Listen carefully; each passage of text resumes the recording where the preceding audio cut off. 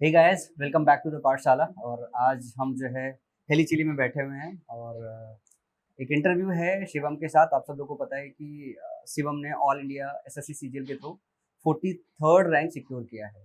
तो बहुत इंपॉर्टेंट है शिवम का सफ़र समझना। देखो, बहुत सारे ऐसे क्वेश्चन हैं जो हम पूछने वाले नहीं हैं कि शिवम आपने कहाँ से पढ़ाई की है, क्योंकि बहुत सारा वीडियो पब्लिश कर चुके हैं कि शिवम माई पाठशाला के स्टूडेंट हैं।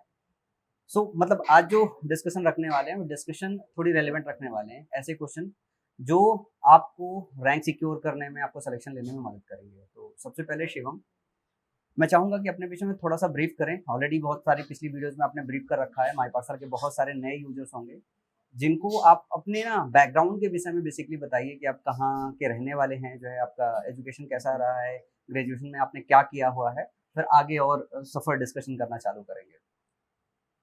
सबसे पहले तो मेरा गांव बबीना है, जो कि यूपी के डिस्ट्रिक्ट जालौन में आता है।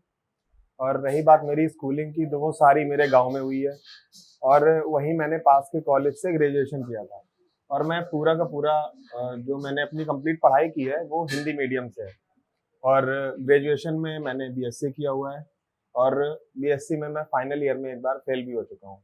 तो बस इतना ही है मेरे एक बैकग्राउंड के एक बारे एक में। एक एक इंटरेस्टिंग जो चीज़ है वो आप ये देखो, बहुत सारे ऐसे बच्चे हैं जो ये समझने की कोशिश करते हैं, सर बीए किया है, बीएससी किया है और उसके बाद क्या सीजीएल में रैंक बनाया जा सकता है कि नहीं बनाया जा सकता है।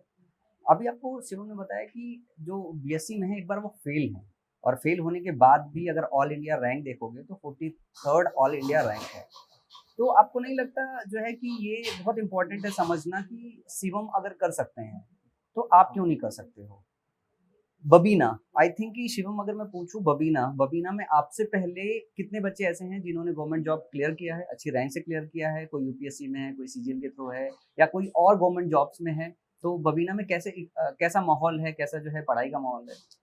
पढ़ाई का माहौल तो ठीक ठाक है, लेकिन जो गवर्नमेंट जॉब वाली बात है तो वहाँ पे सिर्फ टीचर या यूपी पुलिस, बस इससे ज्यादा किसी, और हाँ एयरफोर्स, इससे ज्यादा कोई लोग ना जानते हैं।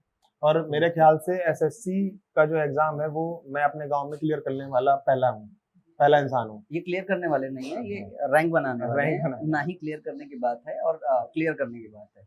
एक और इम्पोर्टेंट चीज़ है कि शिवम को ऑलरेडी पहले भी सिलेक्शन हो चुका था लास्ट सीजीएल के थ्रू। इन्हें एग्जामिनर मिला हुआ है और आई थिंक कि एग्जामिनर की ज्वाइनिंग अभी आई ही थी। हाँ हाँ, कर लिया मैंने तो अभी। आपने एग्जामिनर ज्वाइन कर लिया था। हम्म। तो ज्वाइन करने के बाद अभी वापस शायद बीमारी की वजह से आप घर पे आए थे, वापस हाँ आप हाँ जाने हाँ। वाले हो। तो एग्जामिनर जो आपने ज्वाइन किया है उसका कुछ सफर जो है साझा करना चाहोगे कि मुंबई में जब आप एग्जामिनर की पोस्ट पे ज्वाइन कर रहे थे तो कैसा एक्सपीरियंस रहा जो है, और क्या प्रोसेस इन्वॉल्व होता है उसमें एग्जामिनर में जब आप यहाँ से जाते हो वर्सेस ज्वाइनिंग के प्रोसेस में, क्योंकि बहुत सारे बच्चे जो है अननोन होते हैं कि भाई क्या होगा सिलेक्शन के बाद जब पोस्ट मिल जाती है, कैसे ज्वाइनिंग होती है, कैसे प्रोसेस होता है। जैसे अभी इस बार नया वो शुरू हुआ है मिशन मोड में ज्वाइनिंग कराने का। तो 22 तारीख को, जैसे सबने सुना होगा कि मोदी जी लॉन्च कर रहे थे एक, कोई किसी एक प्लेटफॉर्म से सारे के सारे ज्वाइनिंग लेटर्स रिलीज होंगे। तो 22 अक्टूबर को वो था, तो उसको मैंने मुंबई में जाके अटेंड किया। और फिर वहां से जो उसी दिन मैंने ज्वाइन कर लिया था। ज्वाइनिंग लेटर मैंने घर नहीं आने दिया, वहीं से उसको कलेक्ट किया और वहीं पे ज्वाइन कर लिया। उसमें एक सत्यनिष्ठा की शपथ करवाते हैं, एक दो फॉर्म भरवाते हैं, बस। और कुछ खास उसमें होता नहीं है, बस हो ज्वाइनिंग जाते होती हैं। है, हाँ। नॉर्मल प्रोसीजर होता है ज्वाइनिंग का। और अभी तो क्या है कि ज़्यादा समय जो है एज ए एग्जामिनर की पोस्ट पे बिता हुआ नहीं है, तो एक्सपीरियंस उसके बाद जो है जब कुछ सब लोग जॉब जल्दी कर में। लेंगे फिर साझा करेंगे, हाँ आई थिंक हाँ फिर पकड़ेंगे हम बिल्कुल। लोग जो है, फिर साझा करेंगे। तो एक आगे चलने से पहले एक बहुत इंपॉर्टेंट चीज़ है, बहुत सारे बच्चे सवाल पूछते हैं और नीचे कमेंट सेक्शन में लिखते रहते हैं, सर आपको एग्जामिनर मिल गया है, ठीक है, फिर एक सीट क्यों खराब किया आपने। इस बार शिवम ने जो लिया है वो लिया है शायद एमईए। हम्म। तो सबसे पहले तो मैं सवाल पूछना चाहता हूँ कि क्या आपने सीट खराब किया है। अगर आप एग्जामिनर ऑलरेडी सेलेक्टेड हो तो आप डीवी छोड़ सकते थे, क्योंकि बहुत सारे बच्चों का सवाल है एक सीट वेस्ट है। तो क्या हम्म। आप एग्जामिनर के बाद एमईए बदलने वाले हो कि नहीं बदलने वाले हो, हम्म। ये सारे बच्चे जानना चाहेंगे। वैसे सर, इसमें मुझे इस चीज को लेके बहुत सारी गालियां पड़ी हैं। हर जगह देखो तो अगर 80-20 का रेशियो, अगर 80% लोग तारीफ कर रहे हैं तो 20% लोग मुझे गालियां दे रहे हैं कि एक सीट वेस्ट कर दी, सीट वेस्ट कर दी। लेकिन ऐसा है नहीं। अब जैसे CGL 19 का जो एग्जाम था, उसमें आपको भी पता होगा कि केस चल रहा था। और केस वो इतना लंबा चला कि उस बीच में CGL 20 का जो एग्जाम था वो पूरा हो चुका था। और साथ ही साथ जो एग्जामिनर की पोस्ट है कस्टम इंस्पेक्टर, वो मुंबई में है। यहाँ से मुझे 1200-1300 किलोमीटर जाना होता है। और अगर यहाँ से दिल्ली की बात करें तो 400-500 किलोमीटर है। तो अब वहाँ पे इतनी दूर जाना, वहाँ का सारा कल्चर, वो शायद मेरे लिए उस कल्चर में ढल पाना मुश्किल रहेगा। ओके। और दिल्ली अपना नॉर्थ इंडिया तो सब लोग अच्छी तरीके से परिचित हैं, कोई दिक्कत होती नहीं है। और एएसओ एंड एमईए सबको पता है, सबकी फर्स्ट प्रायोरिटी होती है जो भी सीजीएल में एग्जाम सीजीएल की तैयारी कर रहे हैं। लगभग 100 में से 80 लोग अगर इसी चीज को हाँ, लेके अगर चलते हैं रैंक कि बन उन्हें जाती है तो एमईए में हाँ जाना है। एमईए ही लेते हैं, क्योंकि इसमें एक्सपोजर है, बाकी सब चीजें हैं। तो एमईए और हाँ एग्जामिनर का जो था उसमें मेरी रैंक थी 2195, 2195, और इस बार मेरी रैंक है 43। उस बार मुझे एमईए मिल नहीं सकता था, लेकिन अब एमईए नहीं मिल सकता था तो इसका मतलब ये थोड़ी है कि मैं कोई भी जॉब ना लूं, कोई ना कोई पोस्ट तो मुझे चाहिए ही चाहिए। तो इसलिए मैंने वहां पे एग्जामिनर और फिर अब यहाँ पे एमईए मेरी ड्रीम पोस्ट थी, तो फिर इस बार एमईए ले लिया।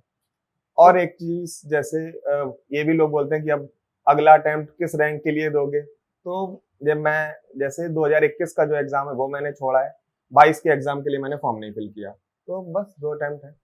तो मैं अगर समरी करूं 2-3 पॉइंट्स में, तो एक तो पहली बात यह है कि 20 के एग्जाम के बाद 21 का फॉर्म नहीं भरा है शिवम ने, 22 का भी फॉर्म बिल्कुल नहीं भरा हुआ है।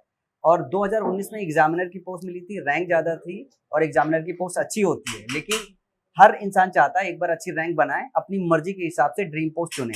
तो शिवम का अब रैंक अच्छे से बन गया है और अब शिवम के हिसाब से आई थिंक जो पोस्ट चाहिए एसएससी का सफर वो भी हो बन गया। तो अब एसएससी में और अपीयर नहीं होने वाले हैं। अब ये कई बार होता है कि पहली बार आपको अगर अच्छी रैंक नहीं मिलती है, अच्छी सीट नहीं मिलती, तो एक सीट वेस्ट करनी पड़ जाती है। ये हर बच्चा करेगा, तो इसमें शिवम का कोई दोष नहीं है। और मुझे लगता है कि हर बच्चे को अप्रिशिएट करना चाहिए कि ड्रीम पोस्ट ना मिलने की वजह से दोबारा एग्जाम दिया और अच्छे से रैंक बनाया है और ड्रीम पोस्ट अचीव किया है। अब इसके बाद दोबारा ये भी फैसला किया है कि हम अब एग्जामिनेशन नहीं देंगे, अगर अब हमें देना है तो हम यूपीएससी की तरफ स्विच करेंगे। तो यूपीएससी की तरफ स्विच करने वाले हो, एक बेसिक क्वेश्चन है, बच्चे भी जानना चाहेंगे। अभी कुछ फैसला किया या अभी जिंदगी में थोड़े मजे करने का है? नहीं, अब मजे तो जितने होने थे हो चुके हैं, 50-50% है।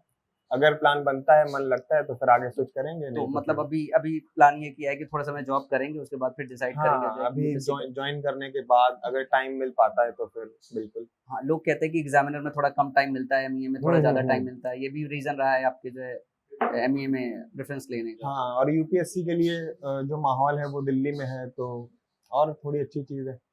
तो प्रिपरेशन के वक्त कुछ ऐसे मोमेंट्स हैं जो मतलब बहुत अप्स एंड डाउन्स रहे हों, जो हर बच्चे की जिंदगी में होता है कि तैयारी करते वक्त बहुत फ्रस्ट्रेशन आता है। और दूसरी चीजें, एक होता है ना सेल्फ डिसिप्लिन क्रिएट करने का, कि जब तक डिसिप्लिन नहीं तब तक सिलेक्शन नहीं है। तो इसमें कोई ऐसा तैयारी के दौरान जो चीज एक्सपीरियंस रहा है वो साझा करना चाहोगे बच्चों के साथ, जिससे उनको मदद मिले जाए? जैसे लाइक टाइम टेबल बनाने को लेके, रेगुलर टाइम से पढ़ने को लेके, मॉक टेस्ट देने को लेके। जैसे टाइम टेबल की बात है तो वो सब लोग बनाते हैं, मैंने भी बनाया था, लेकिन टाइम टेबल बनाने में हम क्या कर जाते हैं कि 12-15 घंटे का टाइम टेबल बना लेते हैं। मैंने भी बनाया, लेकिन एक दिन भी फॉलो नहीं किया। तो फिर कुछ टाइम बाद रियलाइज हुआ कि ये सब नहीं करना है। फिर मैंने ऐसे ही इरेगुलर तरीके से पढ़ाई करना चालू की, लेकिन फिर पढ़ाई के अलावा और कुछ चीज देखी नहीं। मतलब पढ़ाई पे ही फिर पूरा का पूरा फोकस रहा। तो और ये यहाँ भी वहाँ तो बिल्कुल तो ये भी तो एक डिसिप्लिन है ना, कि भले आप हाँ रेगुलर थे, हाँ कोई भी सब्जेक्ट पढ़ रहे थे, हाँ लेकिन हाँ दिन भर पढ़ तो रहे थे। हाँ, दिन भर पढ़ रहे थे, बस ऐसा तो था। पढ़ते हुए कुछ बच्चे ऐसे होते हैं दिन के 12 घंटे भी पढ़ते हैं। तो 12 घंटे पढ़ना वर्सेस क्वालिटी टाइम, जिसको हम लोग मानते हैं, क्योंकि रैंक बनाने का मतलब है कि आप क्वालिटी टाइम का मतलब समझते हो। तो कितना फोकस थे आप कि भाई 12 घंटे नहीं पढ़ना, जितनी देर पढ़ना है क्वालिटी टाइम पढ़ना है? इस पे सर एक इंसिडेंट हुआ था। जैसे जब 2019 का जो एग्जाम था उसमें कोविड आ गया था, मेंस के ठीक पहले 22 जून को मेंस शेड्यूल था, उसके पहले कोविड आ गया। लगभग 3 महीने तक मैं घर नहीं गया कानपुर से। खाना बनाना नहीं आता था, खाना मैंने ऐसे ही तहरी मैगी ये सब बना के काम चलाया। तो मुझे पता था कि अगर मैं घर जाऊंगा तो फिर मेरी पढ़ाई वढ़ाई हो नहीं पाएगी। तो ये एक खुद के लिए है कि हाँ, मैंने वहां पे डिसिप्लिन क्रिएट किया और दूर रहा, कैसे भी करके मैंने अपनी पढ़ाई की, बस पढ़ाई नहीं छोड़ी। तो ये भी मतलब समझने लायक है कि आपको सब कुछ छोड़ना पड़ेगा, और जो आपका मेन गोल है उसकी तरफ कैसे भी जाओ, बस धीरे धीरे बढ़ते रहो। एक और जो है किस्सा आता है कि ज्यादातर जो चीजें हैं, आपको बाथरूम में नहाते वक्त जो है सारे के सारे ब्रेन काम करते हैं, ये भी किस्सा मैंने सुन रखा था। तो मतलब कुछ स्टोरी साझा करना चाहोगे कि नहाते वक्त ऐसा क्या स्पेशल आपके दिमाग में ट्रिगर होता है कि सारे डिसीजन उसी वक्त लेते हो? पता नहीं सर, बस नहाते टाइम जैसे जितने भी बड़े डिसीजंस लेने होते हैं तो वो मेरे नहाते टाइम ही होते हैं। अब मतलब ये पानी ऊपर से गिर रहा है या हाँ, ऐसे डाल रहे हो तो सोचने लगते हो कि नहीं ठीक है, जो है वो क्या कहते हैं कि यार ये वाला काम करना चाहिए टाइप का? अबे पता नहीं सर मुझे कि कैसे, लेकिन हो जाता है। मतलब हाँ ट्रिगर लेकिन पक्का उसी वक्त हाँ होता है, हाँ ज्यादातर हाँ डिसीजन जो हाँ है वो नहाते वक्त ही लेते हो। हाँ, सीजीएल की तैयारी का जो फाइनल डिसीजन था वो मैंने नहाते टाइम ही लिया था कि अब इसको करना है, फिर नहीं छोड़ना है। ओके। अच्छा, इसके अलावा मतलब कोई ऐसा मोमेंट जिस वक्त बहुत ऐसा लग रहा हो कभी आपको कि नहीं यार नहीं हो पाएगा, आपको नहीं लगता है कि ग्रेजुएशन के बाद जैसे ग्रेजुएशन में एक बार फेल हो गए फिर उसके बाद आए, तो उसके बाद ये डर नहीं लगता लगा कि भाई सीजन 4-4 5-5 साल में लोग क्लियर नहीं कर पाते, मेरा होगा कि नहीं होगा, इस तरीके का डर आपको कहीं नहीं लगा? क्योंकि 99% बच्चा जो है इसी में मरा रहता है कि मेरा सिलेक्शन हो जाए, टीए मिल जाए, सीएचएसएल निकल जाए, एमटीएस निकल जाए। बीएससी में आप एक बार फेल थे हम्म। और आपका अटेम्प्ट भी नहीं है, क्योंकि 19 आपका पहला अटेम्प्ट था, 20 आपका दूसरा, 19 में ही आपको एग्जामिनर मिल गए, 20 में एमईए मिल गया, तो वो डर नहीं लगा? क्योंकि आपसे अच्छे अच्छे बच्चे हैं जो तैयारी कर रहे हैं, उनसे भी निकल नहीं रहा है, तो मतलब उस टाइम पे आपको बिल्कुल डर नहीं लगा कि नहीं निकलेगा कि नहीं निकलेगा? ऐसा क्या जड़ी बूटी खाई थी या सोचा था? ये डर तो सर बिल्कुल लगता है, सबको लगता है, और एग्जाम के एक दिन पहले तक लगता है। जैसे मैं एक इंसिडेंट, जब 2019 का प्री का एग्जाम था, तो उसके ठीक एक दिन पहले मैं ये सोच रहा था कि इस बार का बस प्री निकाल लेता हूँ, जैसे तैसे प्री निकल जाए, लोगों को ये पता चल जाए कि हाँ बस मैं क्लियर कर सकता हूँ, भले मेरे नंबर अच्छे ना आए। तो ये एग्जाम के एक दिन पहले की फीलिंग थी। तो आप समझ सकते हैं कि एग्जामिनर मिलना था लास्ट में जाके, लेकिन एग्जाम के पहले कैसा लग रहा था कि बस प्री निकल जाए, मेंस वेंस तो नहीं निकलेगा, चलो अगली बार निकाल लेंगे, ये था। सोचो कि एग्जाम के प्री एग्जाम के एक दिन पहले शिवम ये सोच रहे थे कि प्री निकल जाए, और जब मेंस दे के आए, फाइनल रिजल्ट आए, तो एग्जामिनर की सीट है। तो इसका मतलब है कि फाइट लास्ट मोमेंट तक करते रहना है। हाँ, नोबडी नोज कि इसी बार सिलेक्शन होगा कि अगली बार सिलेक्शन होगा। और सर मुझे लगता है कि सेल्फ डाउट या जो डर है वो पहचान है कि आपकी तैयारी सही जा रही है। अगर आप सेटिस्फाई हो गए, आपको डर नहीं लग रहा है, तो फिर कहीं ना कहीं आपकी तैयारी बहुत बेकार है, और ये बहुत जरूरी चीज है। डर लग रहा है ठीक है, लेकिन आगे जाके रिजल्ट अच्छा मिलेगा। और डर पूरे प्रोसेस के दौरान, क्योंकि एग्जामिनेशन दे रखा है मैंने, उस डर से मैं भी गुजरा हूँ 2016 में, 2019 में आप गुजर रहे हो, ऐसे लगभग हर बच्चा जो सेलेक्ट होता है उसको डर होता है। कई बार मैंने भी सबको बोला है यार कि देखो डर होता है, उसी डर से फाइट करना रहता है, और डर वो अच्छी चीज होती है हमारे हिसाब से। अब इसके बाद एक दो क्वेश्चन है जो मैं जंप करना चाहूंगा कि देखो सिलेक्शन में मैं एक चीज तो मानता हूँ कि, क्योंकि मैंने ही आपकी स्टोरी कवर की थी घर जाके प्रॉपर, क्योंकि मुझे लगा था कि आपकी स्टोरी सुनाने लायक है। 2019 के बाद जब आपका रिजल्ट आया था तो मम्मी पापा और उन तक जो फीलिंग रहती है ना, वो सारा का सारा सफर तो मैंने माई पाठशाला के स्टूडेंट के साथ साझा किया है। तो बगैर मम्मी पापा के, बगैर भाई बहन के सपोर्ट के, बगैर उनके इमोशंस के कुछ नहीं हो सकता है। लेकिन एक दो चीजें हैं जो मैं जानना चाहूंगा कि उसके बियॉन्ड जो है, जब आप तैयारी कर रहे थे तो कुछ ऐसे टीचर्स, कुछ ऐसे टीम मेंबर्स, कुछ ऐसे फ्रेंड्स जिनको आप स्पेशली जो है थैंक्स कहना चाहो, और बाकी जो स्टूडेंट है वो इस तरीके के लोग अपने आजू बाजू ढूंढ सके जो है, तो उसमें कोई ऐसा रेफरेंस है जो आप साझा करना चाहोगे जो है? वैसे सर बहुत सारे लोग हैं, सबका बहुत ज्यादा योगदान है, दोस्त हैं, पेरेंट्स तो होते ही हैं, फैमिली वाले हैं, लेकिन अगर आप उसके अलग पूछें तो जय सर, वो तो सबको पता ही है, साथ ही साथ सौरभ जय सर। जो हाँ हाँ, माई पाठशाला, ये वो वाले सर नहीं जो आप सोच रहे हैं। अच्छा, कई बार जय सर को लोग जयदीप सर समझते हैं। जय हाँ सर हाँ जो हमारे इधर जो पढ़ा रहे हैं, हाँ जो हाँ इंग्लिश हाँ टीचर, हाँ उनका अहम रोल है। हाँ। मतलब हम लोग देखिए का रोल नहीं है, मतलब सिर्फ जय सर का रोल है। नहीं नहीं स्पेशली बिल्कुल मैं हमेशा देखता हूँ, मैं एक इंसिडेंट साझा करता हूँ। आइडली क्या होता है कि जब माई पाठशाला में कोई आता है, जब मिठाई लेके आता है ना, तो सबसे पहले मुझे ढूंढता है। और अगर लास्ट वीडियो मैंने पब्लिश की है कि जब ये मिठाई जब लेके आए हैं, तो सबसे पहले ये जय सर के पास गए हैं, जय सर के पैर छुआ इन्होंने, उसके बाद जय सर के गले चपटे हुए हैं। मतलब मैं सीरियसली वो मोमेंट देख रहा था कि माई पाठशाला में जो भी बच्चे हैं वो आते हैं तो सबसे पहले मेरे से मिलते हैं। लेकिन शिवम ने स्पेशली जो है ना, पहला जो क्रेडिट और प्रायोरिटी माई पाठशाला में बना रखा है वो जय सर के साथ पढ़ा है। स्पेशली जय सर के साथ जो आपका बॉन्ड है, वो मतलब पर्सनल बॉन्ड है या पर्सनल केयर की वजह से है, या उनके इंग्लिश पढ़ाने की स्टाइल को लेके है? सर सब ये सब कंबाइंड मान लीजिए। टीचर्स तो बहुत होते हैं, और साथ साथ उन्होंने जितना आगे के लिए मोटिवेट किया, आगे जितना मतलब पढ़ाना तो वो बहुत दूर की बात है, मतलब बहुत अच्छा पढ़ाया उन्होंने। मैं सोचा पढ़ाना बहुत दूर बात, मुझे पढ़ाना उनको नहीं आता। नहीं सर, मेरी जुबान थोड़ी फंबल होती है कैमरे के सामने। हाँ हाँ, लेकिन योगदान तो बहुत ज्यादा। पढ़ाने को लेके आप क्या कहना चाहते हो? लाजवाब पढ़ाते हैं या वो? अब सर उनसे पढ़ाए तो लाजवाब ही है। सो मैं जय सर को स्पेशली जो है सारे पब्लिक के सामने थैंक यू बोलना चाहता हूँ कि 43rd रैंक निकालने के लिए उन्होंने ना ही शिवम को पढ़ाया, साथ में मोटिवेट रखा जो है। जैसे मैं ये मानता हूँ कि अभिषेक मेरे से ज्यादा पर्सनली टच्ड है, क्योंकि मैं फोन पे अभिषेक के साथ ज्यादा रहता हूँ, वैसे ही जो है जय सर शिवम के साथ ज्यादा अच्छे से रहते हैं। योगेश सर, हमारे अनुराग सर किसी और बच्चे के साथ ज्यादा टच में रहते हैं। जब हमें ये दिख जाता है रिफ्लेक्शन कि ये बच्चे का रिजल्ट निकल जाएगा, तो हम लोग थोड़ा प्रायोरिटी पे साथ में बने रहते हैं ताकि कोई चीज मिस ना हो। तो एक एक और इंसिडेंट था, मुझे याद है कि कम्युनिटी टैब पे एक बार हम लोगों ने, याद है कि जब ये 19 के पेपर के बाद जो है मेंस का पेपर देने जा रहे थे, तो हम लोगों ने जब स्मार्ट बुक बनाया था, क्योंकि मुझे याद है कि स्मार्ट बुक में 19 पेपर के साथ जो है 20 के समय पे बहुत वर्किंग की है तुमने मेरे साथ, जो है हर एग्जाम्पल पुट करने को लेके, पूरा का पूरा रीडिजाइन करने को लेके। और जब 20 का पेपर देने जा रहे थे, तो ये बोला था ना कि स्मार्ट बुक है, ये पढ़ के जा रहा हूँ, रैंक बना के आऊंगा। तो नीचे बच्चे बहुत कमेंट सेक्शन में लिख रहे थे कि फर्जी का प्रमोशन कर रहा है जो है किताब का जो है।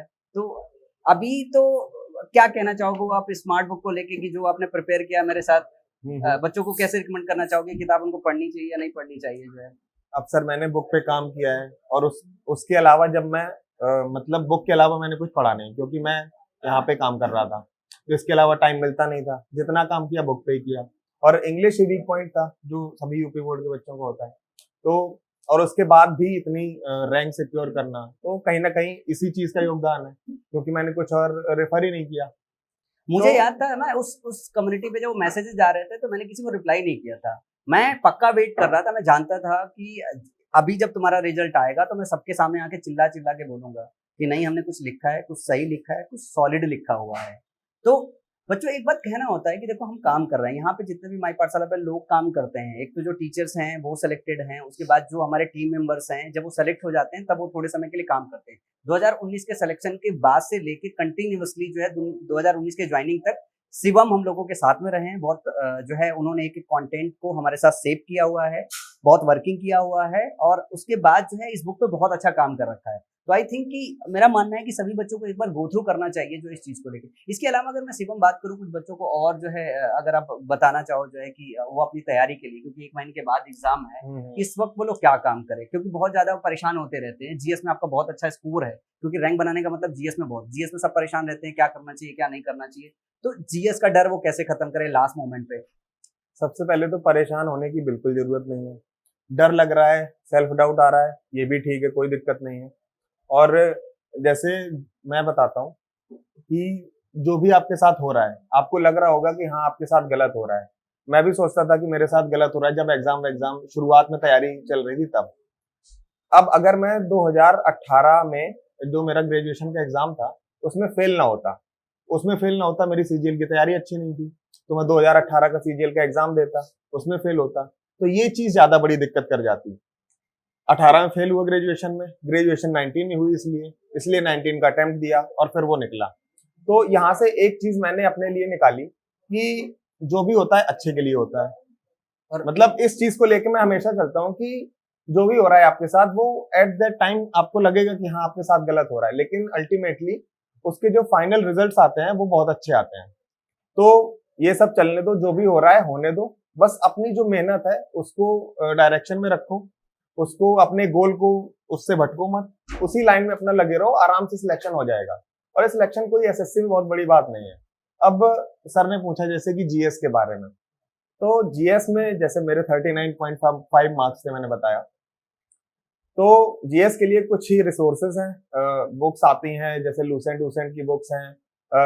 बस ऐसे ही मैंने किया है, साथ ही साथ बस प्रैक्टिस पर बहुत ज्यादा फोकस किया। इस पर जीएस वाली प्रॉब्लम खत्म करने के लिए हम स्मार्ट बुक प्रिपेयर कर रहे हैं, क्योंकि इंग्लिश पढ़ने के बाद बच्चों को ये समझ में आया कि अब मतलब और कुछ करने की जरूरत नहीं है। और मैं इसमें एक चीज और ऐड करना चाहता हूँ स्पेशली, क्योंकि अभी हमने जीएस की बुक रिलीज नहीं की है, रिलीज करने वाले हैं।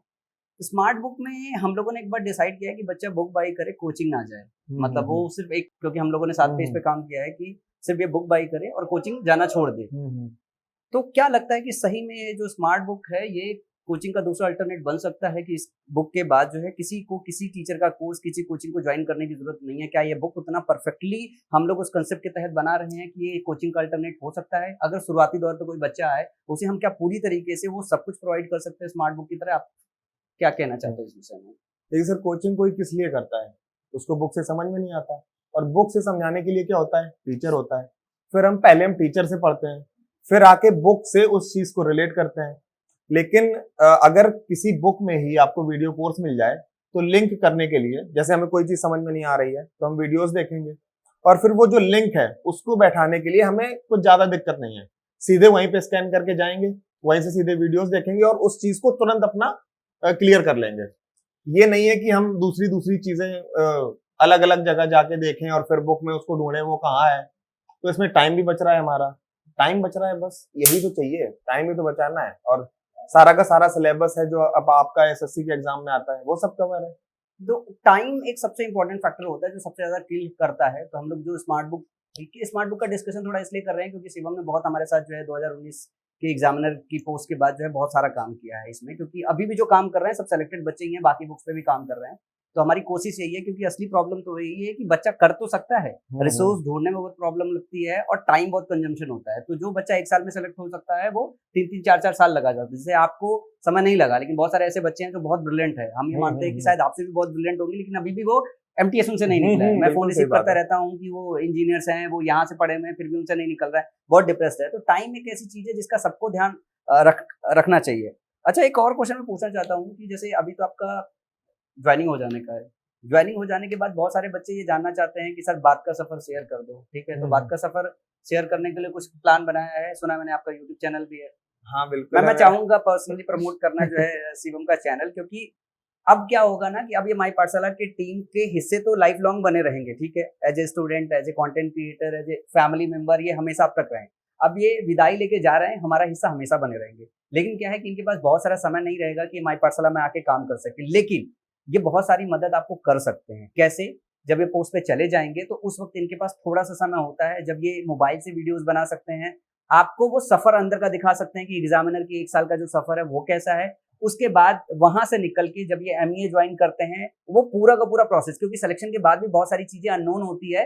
कई बार सीट ले जाने के बाद पछतावा होता है कि भैया हम साउथ में चले गए, हमें नॉर्थ में रहना चाहिए। तो ऐसी सारी सफर और ऐसी सारी जर्नी जो है हम चाहते हैं कि आप बच्चों के साथ शेयर करो। तो एक चैनल है, मैं चैनल का नीचे लिंक दे रहा हूँ। जितने भी बच्चे माई पाठशाला के वीडियो देख रहे हैं, जो नए बच्चे हैं देख रहे हैं, वो शिवम का चैनल जरूर सब्सक्राइब कर लें। और मैं शिवम से जरूर रिक्वेस्ट करूंगा कि वो रेगुलर उस पर छोटी छोटी वीडियो अपडेट करते रहें, मतलब इन्फॉर्मेटिव जितनी वीडियो हो, जितना आप सिखा सकते हो। मतलब जब हमें जरूरत पड़ेगी तो हम तो उठा ले आएंगे, ठीक है? लेकिन वो क्या होगा, बहुत रेगुलर नहीं हो पाएगा। लेकिन शिवम बहुत छोटे छोटे फ्रिक्वेंट वीडियो में आपको बहुत सारा गाइडेंस दे सकते हैं। बहुत सारे और भी सिलेक्टेड बच्चे जो गाइडेंस दे रहे हैं, तो इससे क्या होगा, मिस गाइड होने से बचोगे। क्योंकि यहाँ पे ना बहुत सारी ऐसी इन्फॉर्मेशन भी होती है जो लोग सही से नहीं कन्वे करते। बहुत सारे लोग अच्छे से कन्वे कर रहे हैं, बहुत सारे लोग नहीं कन्वे कर रहे हैं। तो जितने बच्चों तक रीच कर पाओगे, क्योंकि आप सेलेक्टेड हो, रैंक होल्डर हो, जितनी बार आप बोलोगे हर बच्चे के लिए वो हित में होगी। तो एक तो मैं चैनल का नाम जानना चाहूंगा जो है कि वो चैनल का नाम क्या है, जो लिंक तो मैं नीचे डाल दे दूंगा, ताकि जो देख रहे हैं बच्चे वो सारे के सारे पहले तो वाकिफ हो जाए कि हाँ आपका चैनल है, जिसको सब्सक्राइब करना चाहेंगे। चैनल का नाम मेरे ही नाम पे है, शिवम विश्वकर्मा, और बाद में मेरा निकनेम SIBBU सिब्बू। तो चैनल का सभी लोग चैनल का नाम जो है चेंज करना चाहोगे आप? नहीं, मेरे नाम से ही अब ठीक है। तो वो चैनल का नाम शिवम विश्वकर्मा ही रहेगा। तो आप सब बच्चे जितने लोग देख रहे हो, ठीक है, आज देख रहे हो, कल देख रहे हो, ये वीडियो परसों देखोगे, तो नीचे शिवम का पर्सनलाइज चैनल है, लिंक दे रहे हैं, सबके सब जरूर सब्सक्राइब कर लीजिए। आपको सीखने को बहुत कुछ मिलेगा, बहुत इन्फॉर्मेशन मिलेगा। और मैं शिवम से अभी आपके सामने रिक्वेस्ट करता हूँ कि रेगुलर वीडियोज इन्फॉर्मेटिव पोस्ट करते रहें, जिससे आपको फायदा मिल पाए, आपकी तैयारी में फायदा मिल पाए। और मैं भी प्रॉमिस करता हूँ जब जब जरूरत समझ में आएगी तब तब हम पकड़ के जो है इनको बैठाल के रखेंगे। हमारा काम है कि और जो बच्चे हैं जो माई पाठशाला के, वो शिवम जैसा बन सके, और बनने के बाद आपको वापस गाइड आने वाली जनरेशन को गाइड कर सके। कुछ और बच्चों को मैसेज करना चाहोगे आप? जैसे सर मेरा अभी भी फोकस यही रहता है कि जो लोग गलत डायरेक्शन में जा रहे हैं पढ़ाई को लेके, और जैसे ये अच्छे ब्रिलियंट हैं लेकिन वो उल्टी सीधी चीजें, गलत टीचर या बुक्स जो उनको नहीं पढ़नी चाहिए उनको पढ़ के अपना टाइम वेस्ट कर रहे हैं, तो मैं अभी भी उनको गाइड कर रहा हूँ। और जितना भी मेरे साइड से हो सकता है मैं करने की कोशिश भी कर रहा हूँ। और बाकी यही है कि आप एग्जाम है, पढ़ते रहिए अच्छे से। सबसे बेस्ट यही है। देखो यार, गाइडेंस के लिए क्या है, कोई एक बच्चा अगर फोन करेगा पर्सनलाइज तो उसको आप टाइम दे पाओगे, लेकिन अगर यूट्यूब चैनल है आपका ना, उस पर अगर आप रेगुलर वीडियोस पोस्ट करोगे ना, तो बहुत सारे बच्चों को कलेक्टिव इन्फॉर्मेशन मिल जाएगा। फिर एक बच्चे, दो बच्चे, तीन बच्चे को नहीं होगा। तो ये सबसे बेस्ट थिंग है जो मुझे लगता है कि जो सबसे डुएबल काम है बच्चों को गाइड करने को लेके। तो फिर से मैं बोल रहा हूँ, शिवम का चैनल जरूर नीचे पोस्ट कर रहा हूँ, वो इन्फॉर्मेशन पहुंचाते रहेंगे कंटिन्यूअसली। और आई थिंक कि आज के इंटरव्यू में हम लोग इतने रहते हैं। कुछ और वीडियोज हम शिवम से प्रिपेयर कराएंगे, जिसमें मुझे लगता है कि सब्जेक्ट वाइज अगर कुछ डिस्कशन हो सके या किसी और चीज से रिलेटेड डिस्कशन हो सके, तो डिस्कशन साझा करेंगे माई पाठशाला पे। बाकी रेगुलर जो अपडेट है आपको शिवम के चैनल पे मिलता रहेगा। सो मैं शिवम को ऐसे थैंक यू नहीं बोलूँ, क्योंकि भेजना कहीं नहीं है, क्योंकि शिवम अभी हमारे साथ है, बहुत सारे टीम लोगों के साथ जो है बहुत सारा काम है, बहुत सारी वर्किंग है इंटरनल। ठीक है। और स्पेशली आप सब लोगों को धन्यवाद देना चाहेंगे कि ये इंटरव्यू सेशन देखने के लिए जो है आप सबका बहुत-बहुत शुक्रिया जो है। उम्मीद करता हूँ कि आप इस इंटरव्यू के वीडियो से जो है कुछ ना कुछ आप सीख पाए हो और अपनी तैयारी में कुछ ना कुछ जो है अमूल-चमूल परिवर्तन कर पाओ जो है।